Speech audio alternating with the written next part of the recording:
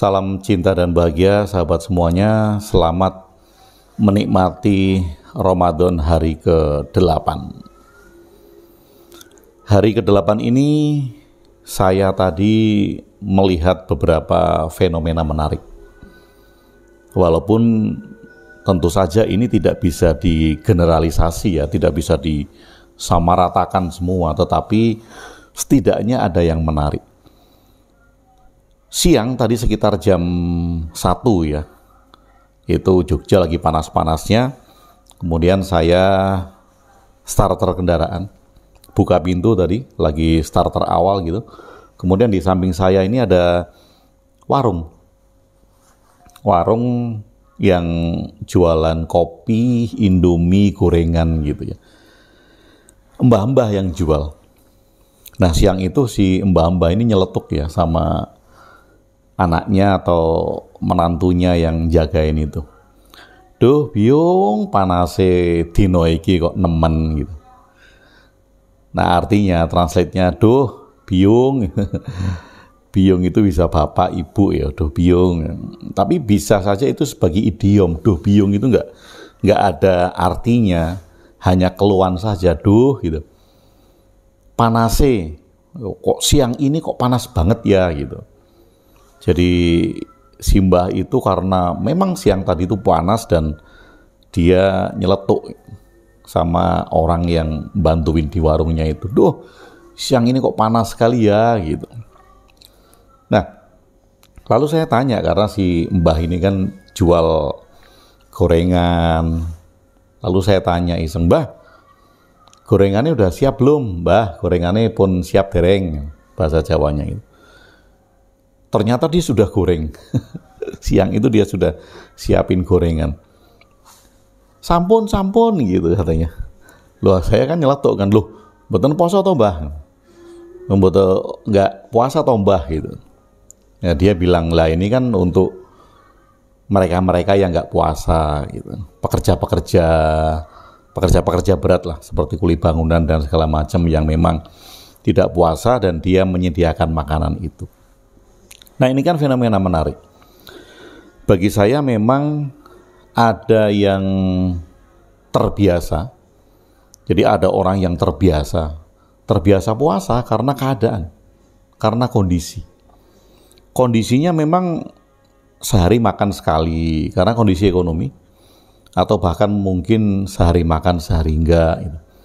Ya ada orang yang seperti itu kan. Kemudian keterbatasan kehidupan sehingga kondisinya mengharuskan dia memang kalau kita lihat itu kurang untuk makan 3 hari sekali gitu. Jadi mungkin ya makanya dia nggak pernah makan selengkap itu. Tapi karena itu biasa, maka kemudian kehidupannya ya menjadi kehidupan yang biasa dari cara pandang orang-orang yang makan 3 hari sekali, melihatnya bahwa itu adalah hal yang nggak biasa. Nah bagi mereka mungkin melihat orang-orang yang makan 3 hari sekali itu adalah yang nggak biasa. Mungkin mereka berpikir, wah kok serakah gitu, kok nggak kenyang ya makan 3 kali. Sedangkan mereka makan sekali saja sudah kenyang mungkin ya. Mungkin, sekali lagi ini tidak generalisasi. Ada kebiasaan yang dilakukan oleh seseorang, kemudian orang lain memandangnya itu nggak biasa. Demikian pula sebaliknya. Nah ini menarik, mengingatkan saya pada satu berita dulu zaman Presiden Soeharto. Saya nggak tahu berita itu hoax atau tidak. Tapi saya pernah baca, saya lupa sumbernya, jadi saya nggak cantumin sumbernya, saya hanya ingat-ingat saja. Ketika itu Presiden Soeharto itu pergi ke Mekah, kemudian diberi kesempatan oleh Arab itu, oleh kerajaan Arab untuk masuk ke Ka'bah. Kemudian sepulangnya dari Indonesia kan ditanya Presiden Soeharto ini, apa kesannya ketika pergi ke Mekah, bukan masuk Ka'bahnya, ketika pergi ke Mekah. Di berita yang pernah saya baca itu, mungkin saya salah, saya mohon maaf, tetapi saya mengingat itu menjadi satu cerita yang indah. Kalau ini beritanya hoax, ya saya mohon maaf, tetapi ini indah sekali. Jadi Presiden Soeharto itu menjawab, biasa saja. Apa kesan Anda ke Mekah? Biasa saja. Loh, banyak orang marah saat itu, banyak orang marah dan menganggap Soeharto ini kejawen yang tidak Islami. Ke Mekah kok biasa saja. Sedangkan banyak orang yang ke sana itu excited, kemudian senang, bahagia. Soeharto menjawab biasa saja. Unik ya, tetapi coba kita memandang, saya sendiri mencoba memandang dari kebiasaan tadi. Orang yang biasa makan 3 kali kemudian diminta untuk puasa, hanya makan sahur dan buka, dia akan terpaksa.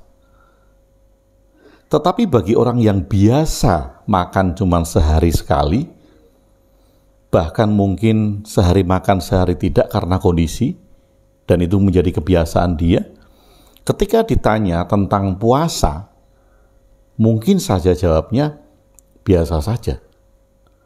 Bukan hal yang istimewa. Puasanya loh ya, tidak makannya loh ya. Saya nggak ngomongin tentang keistimewaan Ramadan dari salah satu sisi agama. Enggak. Kalau keistimewaan bulan Ramadan dari sisi agama, karena ini berkeyakinan tentang keistimewaannya, keimanannya, maka saya nggak bahas itu. Yang saya bahas adalah puasanya, nggak makannya. Bagi orang-orang yang memang dituntut oleh keadaan, oleh ekonomi, sudah jarang makan, mungkin, sekali lagi ya mungkin, kalau hanya tidak makan, atau bahkan hanya makan sekali, sahur, buka gitu, kalaupun dia punya jatah 1 kali ya dibagi 2 kan, buat sahur dan buat buka. Mungkin kalau ditanya bagaimana kesanmu dengan puasa yang tidak makan, tidak minum itu, mungkin dia akan menjawab biasa saja. Tetapi bagi orang yang terbiasa makan mewah, yang terbiasa makan 3 kali sehari, dengan lauknya yang bermacam-macam, sudah ada ikan, ada pilihan ayamnya, ada pilihan sapinya, ada pilihan kentangnya, mewah. Ketika diminta untuk mengurangi itu berpuasa, ketika diminta untuk mengurangi itu, maka dia akan menganggap itu istimewa.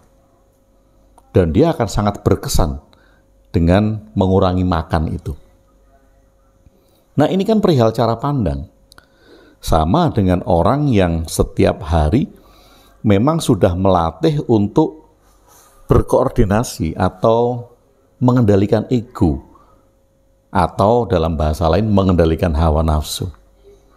Kalau itu sudah menjadi rutinitas dia dalam keseharian, maka ketika puasa itu juga diminta untuk mengendalikan hawa nafsu, jawabannya ya biasa saja. Toh saya sudah melakukannya kok.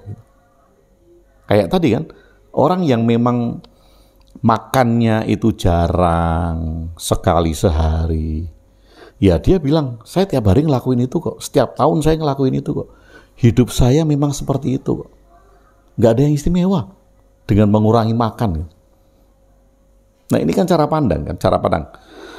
Maka dengan demikian, sama seperti serat Wulangreh yang saya sangat suka di salah satu tembang dan sering saya ulang-ulang di video-video saya, yang menyebutkan sudanen dahar lan guling. Podo kulangan ing kalbu ing sasmito amrih lantip, ojo pijer mangan nindro kaprawiran den kaesti, pesunen sariraniro sudanen dahar lan guling.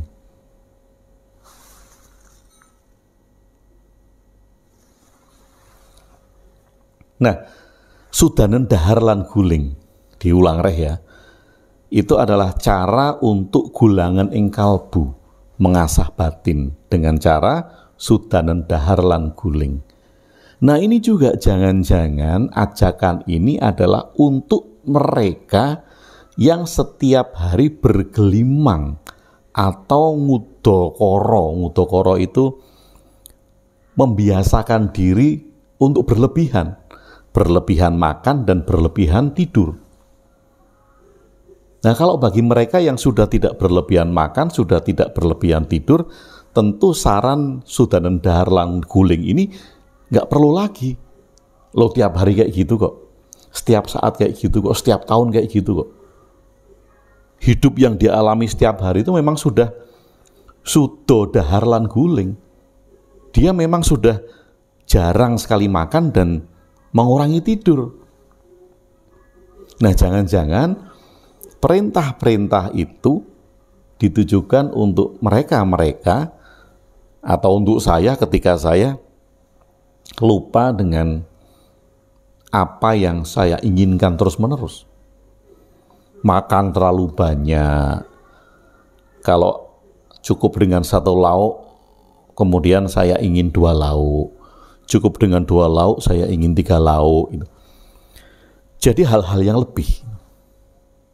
Dan sekali lagi bagi mereka yang memang sudah mengalami itu setiap hari, setiap saat, maka hal itu menjadi hal yang biasa. Kalau kemudian saya bilang sama mereka, menurut Wulang Reh sudanen dahar lan guling, dia akan protes, loh itu tiap hari kok Pak Agung? Tiap hari saya itu sudah dahar. Setiap hari itu saya sudah kurang makan, setiap hari itu saya sudah menahan, nggak makan. Setiap hari itu saya sudah makan sekali. Bahkan saya makan sehari sekali. Atau sehari makan sehari enggak, sehari makan sehari, karena tuntutan. Bisa jadi. Jadi melihat hal itu, dengan melihat hal-hal yang biasa bagi orang lain dan enggak biasa bagi orang lain ini, maka ini bisa menjadi cermin bagi diri saya sendiri.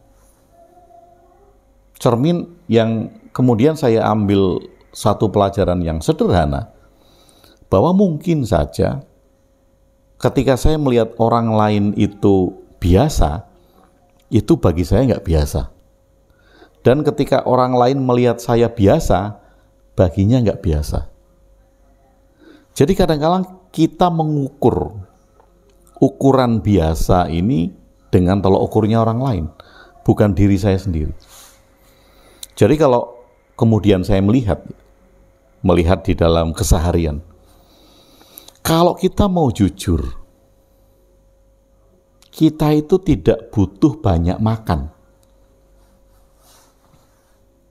Toh kemudian kita hanya makan sedikit kan kemudian kita kenyang. Yang menyebabkan kita tidak kenyang adalah keinginan.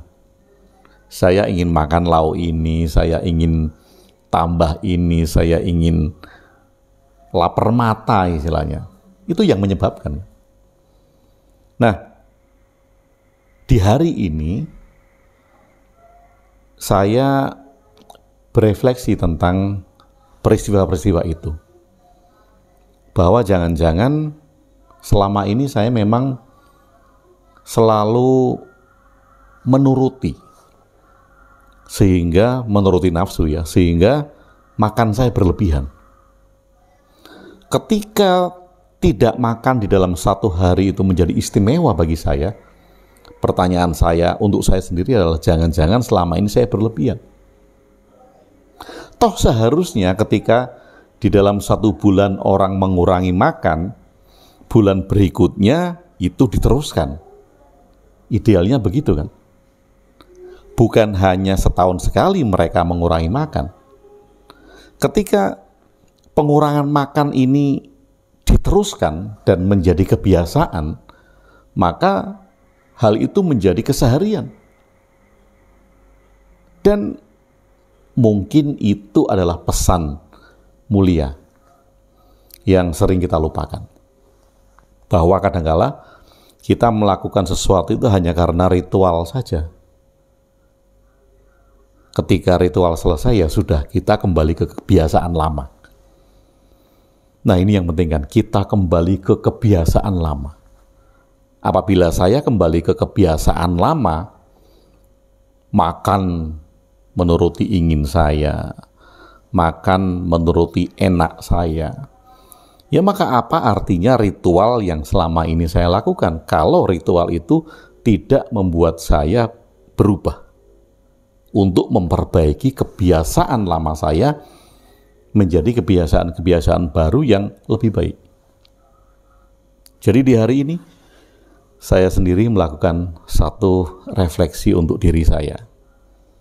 Apakah dengan ritual apapun yang kita lakukan itu akan mengubah saya atau tidak? Kalau ritual itu tidak mampu mengubah saya, maka pertanyaan dasarnya adalah, jangan-jangan saya hanya melakukan itu secara formalitas dan ada yang saya kejar karena iming-iming, karena hadiah, dan bukan untuk perubahan saya karena iming-iming tadi, karena hadiah tadi, sehingga saya tidak berubah karena saya hanya ingin dapat hadiahnya. Saya nggak peduli saya berubah atau tidak. Mari kita sama-sama melakukan refleksi untuk hari ini. Salam cinta dan bahagia.